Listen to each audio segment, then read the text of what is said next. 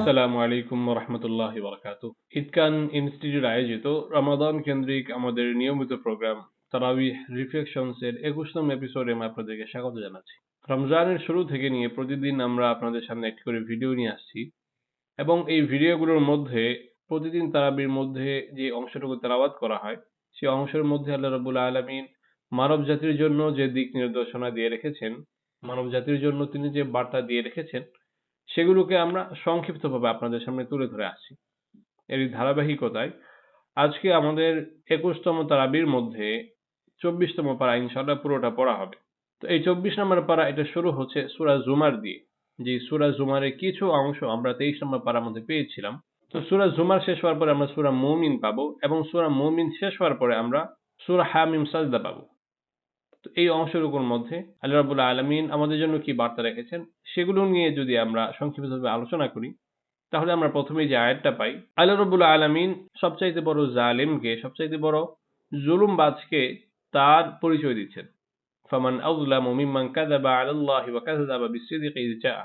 আল্লাহ রাব্বুল আলামিন বলছেন, ওই ব্যক্তির চাইতে বড় জালেম আর কেউ হতে পারে না যে ব্যক্তি আল্লাহর নামে মিথ্যা কথা বলে, আল্লাহর নামে অপবাদ দেয় এবং তার কাছে যখন কোনো সত্য বাণী আসে, আল্লাহর পক্ষ থেকে যখন সত্য রাসূল আসে, তখন সেই সত্য বাণীকে, সত্য রাসূলকে সে অস্বীকার করে। তো আল্লাহর নামে অপবাদ দেওয়া বা আল্লাহর নামে মিথ্যা বলার মানে হচ্ছে আল্লাহ রাব্বুল আলামিন নিজের ব্যাপারে, তার সত্তার ব্যাপারে তিনি যে সমস্ত কথাবার্তা বলেন সেগুলো আল্লাহর নামে বানিয়ে বানিয়ে বলা।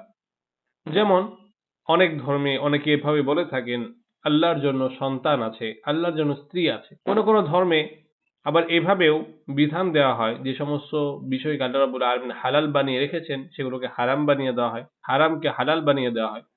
এভাবে আল্লাহর হুকুমের মধ্যে যখন পরিবর্তন করা হয় সেটাও আল্লাহর নামে মিথ্যারোপ করা। কারণ আল্লাহ যেটাকে হালাল বানাননি সেটাকে হালাল কে বানাচ্ছে? যদি আমরা এটাকে আল্লাহর নামে চালিয়ে দিই তাহলে সেটা আল্লাহর নামে একটা অপবাদ দেওয়া। এবং তিনি বলছেন ওয়াকাযযাবা বিসসিদকি ইয জাআ, যখন তার কাছে কোনো সত্য বাণী আসে, যেমন কোরআনের কোনো বাণী আসলো, সে কোরআনের বাণীকে মানলো না। রসূলের কোনো একটা বাণী তার কাছে আসলো, সে রসূলের বাণীকে সে সত্য বলে বিশ্বাস করলো না। আল্লাহ বলছেন ওই ব্যক্তি হচ্ছে সবচাইতে বেশি জালেম, যে আল্লাহর নামে বানিয়ে বানিয়ে মিথ্যা কথা বলে এবং আল্লাহর পক্ষ থেকে সঠিক কথা আসার পরেও, সঠিক বাণী আসার পরেও সে আল্লাহকে মানতে চায় না, আল্লাহর সেই বাণীকে সে বিশ্বাস করতে চায় না। তো তাদের পরিণতি কি হবে? এই সবচাইতে বড় জালেমদের পরিণতি কি হবে? আলাইসা ফি জাহান্নামা মাসওয়ান লিল কাফিরিন। আল্লাহ বলছেন এরকম জালেম যারা আছে তাদের পরিণতি জাহান্নাম ছাড়া কি আরো কিছু হতে পারে? আল্লাহ রাব্বুল আলামিন মূলত এখানে ওই বড় জালেমদের জন্য জাহান্নাম যে নির্ধারিত হয়ে আছে, জাহান্নাম ছাড়া তাদের যাওয়ার যে অন্য কোনো জায়গা নেই, আল্লাহ রাব্বুল আলামিন সেটাই তিনি এখানে নিশ্চিত করছেন।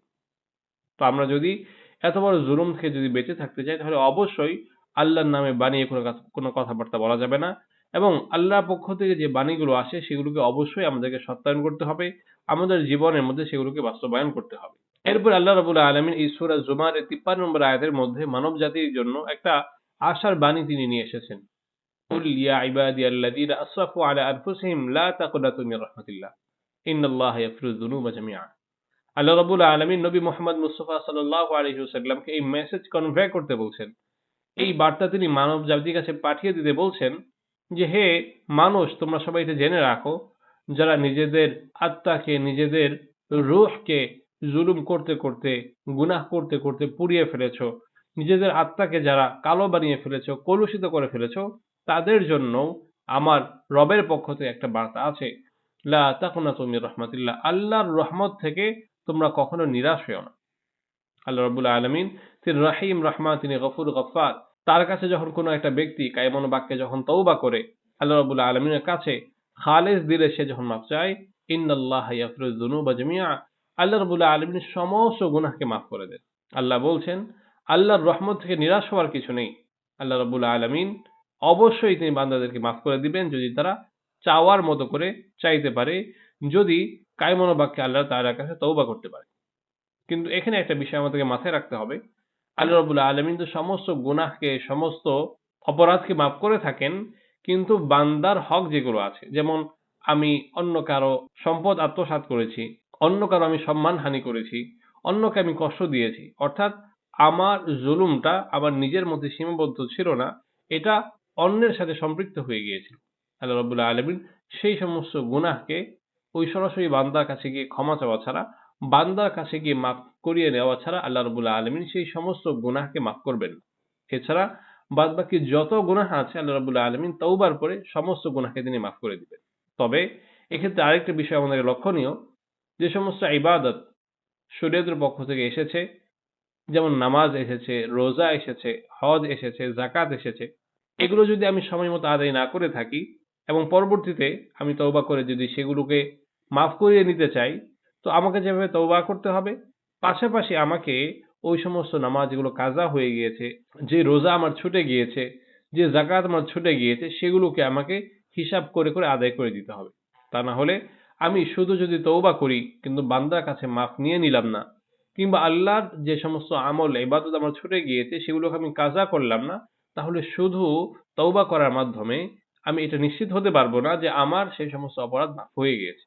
এরপরে আল্লাহ রাব্বুল আলামিন এই সূরার ৭১ থেকে ৭৩ নম্বর আয়াতের মধ্যে কিয়ামতের পরে হিসাব নিকাশের পরে বান্দারা কিভাবে জান্নাতে যাবে, কিভাবে জাহান্নামে যাবে সেগুলোর একটা বিবরণ দিয়েছেন। ওয়াসিকাল লাযীনা কাফারু ইলা জাহান্নামা যুমারা ওয়াসিকাল লাযীনা তাকাউ রাব্বাহুম ইলাল জান্নাতি যুমারা। আল্লাহ রাব্বুল আলামিন মুমিনদের কথাও বলেছেন, কাফেরদের কথাও বলেছেন। মুমিনরা তারা জান্নাতে যাবে দলবদ্ধভাবে, কাফেররাও তারা জাহান্নামে যাবে দলবদ্ধভাবে।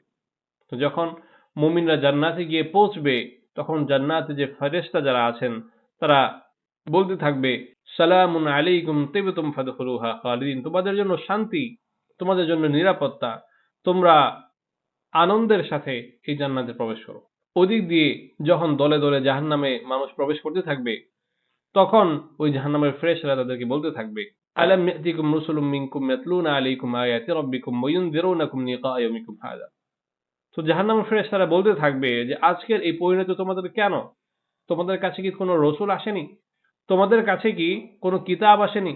তোমাদের কাছে কি আল্লাহর পক্ষ থেকে কোনো রিসালাত, কোনো বার্তা আসেনি? এরপরেও তোমরা কেন আজকে জাহান্নামে যাচ্ছ? এভাবে সেই জাহান্নামের ফেরেশতারা তাদেরকে তিরস্কার এবং ভর্ৎসনা করতে থাকবে। আল্লাহ রাব্বুল আলামিনের কাছে আমরা দোয়া করি, আল্লাহ রাব্বুল আলামিন আমাদেরকে যেন সেই জাহান্নাম থেকে মুক্তি দিয়ে আমাদের সবার জন্য জান্নাতের সবচাইতে উঁচু দরজা জান্নাতুল ফিরদাউস আমাদেরকে নসিব করেন। এভাবে সূরা জুমার শেষ হয়ে যাওয়ার পরে আমরা সূরা মুমিন পাবো। এই সূরা মুমিনের আরেকটা নাম হচ্ছে সূরা গাফির। এই সূরা মুমিন বা সূরা গাফির যেই সূরায় আমরা বলি না কেন, এই সূরার নামকরণের পিছনে কারণ হচ্ছে এই সূরার একেবারে শুরুতেই আল্লাহ রাব্বুল আলামিন গাফিরিয যাম ওয়া কাবিলিত তাওব এই কথা বলেছেন। গাফির মাফকারী এই কথাটা আল্লাহ রাব্বুল আলামিন বলেছেন। পাশাপাশি এই সূরার মধ্যে মুমিন কারা সেই মুমিনদের কিছু কথাবার্তা এখানে বলা হয়েছে। তো আমরা যদি সূরা গাফির বলি তাহলে গাফির শব্দটা একেবারেই শুরুতে আছে। আর যদি আমরা সূরা মুমিন যদি বলতে চাই তাহলে এই মুমিনের ব্যাপারেও এই সূরার মধ্যে আলোচনা আছে। এই বিবেচনায় এই সূরাকে গাফির বা মুমিন বলা হয়। এই সূরার ৬০ নম্বর আয়াতের মধ্যে আল্লাহ রাব্বুল আলামিন বলছেন, ওয়া ক্বালা রাব্বুকুম উদউনি আস্তাজিব লাকুম। আল্লাহ বলছেন, বান্দারা তোমরা আমার কাছে দোয়া করো, আমি তোমাদের দোয়াকে কবুল করব। আল্লাহ রাব্বুল আলামিন এখানে মানুষকে দোয়া করতে উৎসাহিত করছেন, তাদেরকে দোয়া করার জন্য আদেশ দিচ্ছেন। মানুষ যদি আল্লাহর কাছে দোয়া করে, তো আল্লাহ রাব্বুল আলামিন খুশি হন। সেই খুশি হয়ে আল্লাহ রাব্বুল আলামিন মানুষের সেই দোয়াকে কবুল করে নেন। আমরা সাধারণ মানুষেরা যখন একজনের কাছে আরেকজন চাই, তো অনেক সময় মানুষ বিরক্ত হয়। ১ম বার হয়তো খুশি হয় কিংবা ১ম বারেই হয়তো কেউ বেজার হয়ে যায়। কিন্তু আল্লাহ রাব্বুল আলামিন এরকম না। আল্লাহ রাব্বুল আলামিনের কাছে যত বেশি চাওয়া হয়, আল্লাহ রাব্বুল আলামিনের কাছে যত বেশি দোয়া করা হয়, আল্লাহ রাব্বুল আলামিন তত বেশি তিনি খুশি হন, তত বেশি আল্লাহ রাব্বুল আলামিন সেই বান্দার দোয়াকে কবুল করেন। অনেক সময় আমাদের এরকম মনে হতে পারে যে আমি তো দোয়া করি কিন্তু দোয়া কবুল হয় না। এরকম আমাদের অনেক সময় মনে হতে পারে। কিন্তু আমি দোয়া করলাম সেটার বাস্তব কোনো প্রতিফলন আমি চাক্ষুষ দেখতে পেলাম না। এর মানে আমার দোয়া বিফল হয়ে গেল তা না। কেননা দোয়া এটা একটা স্বয়ংসম্পূর্ণ ইবাদত। আমি দোয়া করলাম এবং আমার মনে হলো যে সেই দোয়াটা কবুল হয়নি। আমার ব্যক্তিগত অভিজ্ঞতায় মনে হলো যে দোয়াটা কবুল হয়নি। কিন্তু এই কবুল না হওয়া দোয়াটাও আমার মিজানের মধ্যে আমলের পাল্লাকে সেটা ভারী করবে। কারণ আমার দোয়া কবুল হোক বা না হোক, আমি যে দোয়া করলাম, এই আমার দোয়ার মাধ্যমে আল্লাহ রাব্বুল আলামিন খুশি হয়েছেন এবং আল্লাহকে খুশি করার মাধ্যমে অবশ্যই আমি আল্লাহ রাব্বুল আলামিনের কাছ থেকে আমি প্রতিদানের ভাগীদার হব। তো আল্লাহ রাব্বুল আলামিনের কাছে আমরা যত বেশি দোয়া করব, আল্লাহ রাব্বুল আলামিন আমাদের প্রতি তত বেশি খুশি হবেন। আমাদের সওয়াবের পাল্লা তত বেশি ভারী হবে এবং আল্লাহ রাব্বুল আলামিনের কাছে আমরা তত বেশি আমরা নিকটবর্তী হতে পারব। তো সূরা মুমিন বা গাফিরের পরে আমরা সূরা হামিম সাজদা পাবো। এই হামিম সাজদার আরেকটা নাম হচ্ছে সূরা ফুসসিলাত। যদি আমরা ফুসসিলাত যদি এই সূরার নাম বলি, তো এটা নামকরণের পেছনে কারণ হচ্ছে এই সূরার ৩ নম্বর আয়াতের মধ্যে ফুসসিলাত শব্দটা উল্লেখ রয়েছে। তো ফুসসিলাত শব্দটা উল্লেখ থাকার কারণে এই সূরাকে ফুসসিলাত বলা হয়। এই ফুসসিলাত মানে হচ্ছে বিস্তারিতভাবে ব্যাখ্যা করা হয়েছে এমন কিছু। আর এই সূরার আরেকটা নাম হচ্ছে হামিম সাজদা। হামিম সাজদা নামকরণের কারণ হচ্ছে এই সূরার শুরুতে হামিম এই কথাটা আছে এবং এই সূরার মধ্যে একটা আয়াত আছে যে আয়াতটা তেলাওয়াত করলে আমাদেরকে সিজদা করতে হয়। এই বিবেচনায় এই সূরাকে সূরা হামিম সাজদা বলা হয়। এই সূরার ২০ এবং ২১ নম্বর আয়াতের মধ্যে আল্লাহ রাব্বুল আলামিন আমাদেরকে একটা ভয়াবহ দিনের একটা ভয়ংকর ব্যাপারে আল্লাহ রাব্বুল আলামিন আমাদেরকে সতর্ক করেছেন। হাত্তা ইযা জাউহা শাহিদা আলাইহিম সামউহুম ওয়া আবসারুহুম ওয়া জুলুদুহুম। আল্লাহ রাব্বুল আলামিন বলছেন, যখন মানুষ কিয়ামতের দিন আল্লাহর সামনে উপস্থিত হবে, তখন মানুষের শরীরের একেকটা অঙ্গ-প্রত্যঙ্গ তার বিরুদ্ধে বা তার পক্ষে সাক্ষী দিবে। আমি যদি দুনিয়াতে ভালো কাজ করে থাকি, তো আমি তো ভালো কাজ করেছি আমার হাত দিয়ে, আমার পা দিয়ে, আমার মুখ দিয়ে, আমার নাক দিয়ে, আমার কান দিয়ে, আমার শরীর দিয়ে। তো আমি যদি আমার শরীর দিয়ে ভালো কাজ করে থাকি, তাহলে আমার শরীরের একেকটা অঙ্গ, আমার হাত কথা বলবে, আমার পা কথা বলবে, আমার মুখ কথা বলবে। আমার পক্ষে তারা সাক্ষ্য দিবে, আমার জন্য তারা সুপারিশ করবে। এর বিপরীতে আমি যদি হতভাগা হয়ে থাকি, আমি যদি গুনাহের কাজ করে থাকি আমার এই শরীর দিয়ে, আমার এই মন দিয়ে, তখন আমার এই হাত, যে হাত দিয়ে আমি গুনাহ করেছি, যে হাত দিয়ে আমি অন্যের গায়ে আঘাত করেছি, যে মুখ দিয়ে আমি অন্যকে কথার আঘাতে আমি ক্ষতবিক্ষত করে ফেলেছি, সেই হাত, সেই মুখ, সেই চোখ, সেই নাক, সেই কান যেটা এতদিন আমার ছিল দুনিয়াতে আমি বলে, আমার বলে গর্ব করেছি, সেই আমার শরীর আমার বিরুদ্ধে সাক্ষী দিবে, আমার বিপরীতে তারা সুপারিশ করবে। আল্লাহ রাব্বুল আলামিন আমাদেরকে সেই দিনের ভয়াবহতার ব্যাপারে তিনি আমাদেরকে আগেই সতর্ক করে দিচ্ছেন যে যদি তোমরা নিজেদের শরীরকে বাঁচাতে চাও, যদি তোমাদের নিজেদের সত্তাকে যদি বাঁচাতে চাও, তাহলে দুনিয়াতে তোমাদের শরীরকে তোমরা ভালো কাজের মধ্যে ব্যবহার করো। কখনোই সেটাকে খারাপ কাজের মধ্যে ব্যবহার করো না। যদি কেউ খারাপ কাজে ব্যবহার করেই ফেলে, তখন আল্লাহ রাব্বুল আলামিন জানিয়ে দিয়েছেন, লা তাকুনাতু মির রাহমাতিল্লাহ। গুনাহ করে ফেলার পরেও তোমরা কখনো হতাশ হইও না। আল্লাহর কাছে তওবা করো। আল্লাহ রাব্বুল আলামিন সেই তওবাকে কবুল করবেন। যে শরীর তোমাদের বিপক্ষে কথা বলার কথা ছিল, আল্লাহ রাব্বুল আলামিন সেটাকে তোমাদের পক্ষে নিয়ে আসবেন। সেই শরীর তোমাদের পক্ষে তখন সাক্ষ্য দিবে, তোমাদের পক্ষে তখন সুপারিশ করবে। এবং এই সূরার ৩৪ নম্বর আয়াতের মধ্যে আল্লাহ রাব্বুল আলামিন মানুষের সাথে আচরণ কেমন করতে হবে, যে আমার সাথে মন্দ আচরণ করে তার সাথেও আমার আচরণ কেমন হবে এ ব্যাপারে আল্লাহ রাব্বুল আলামিন আমাদেরকে দিক নির্দেশনা দিয়েছেন।